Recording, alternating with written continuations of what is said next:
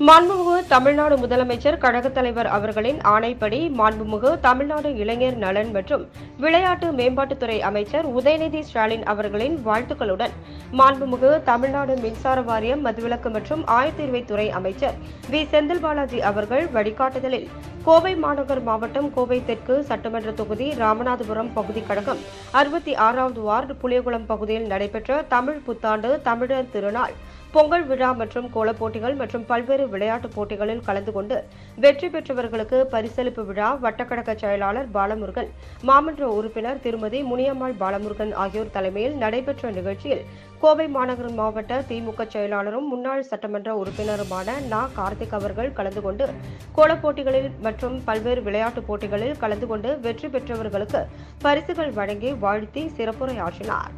ராமநாதபுரம் பகுதி கழக செயலாளர் ப. பசுபதி அவர்கள் வாழ்த்துரை வழங்கினார்.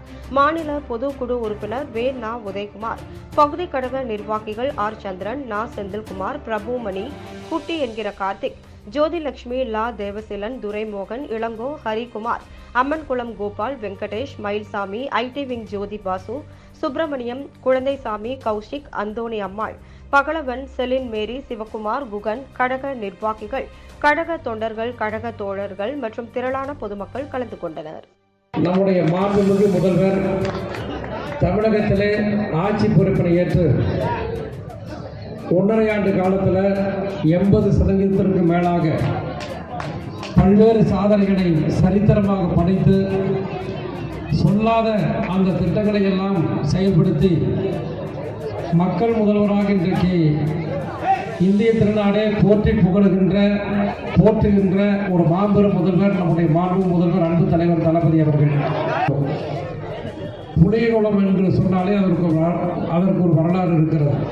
புளியகுளம் என்று சொன்னாலே புளியகுளம் என்றைக்குமே திராவிட முன்னேற்ற கழகத்தினுடைய கோட்டை என்று சொன்னால் அது யாராலும் மறுக்க முடியாது.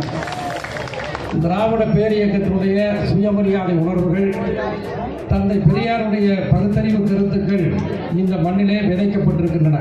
ஆகவேதான் தொடர்ந்து என்றைக்குமே திராவிட முன்னேற்ற கழகத்தினுடைய கோட்டையாக இந்த பகுதி என்றைக்குமே திகழ்ந்து கொண்டிருக்கிறது.